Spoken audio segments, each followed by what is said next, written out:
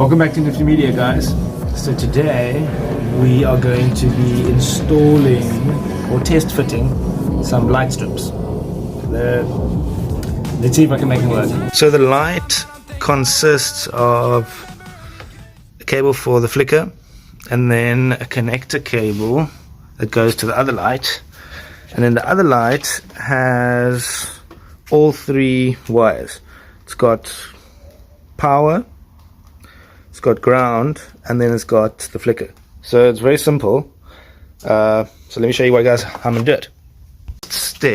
First step, what you do is you just tuck this in between the light, and then you run it through, and it should, I'll show you guys now, look like this. What I've done is I've just tucked it in between that little space where the light and the bumper goes, and then just underneath this little rubber, so it sits nice and flush.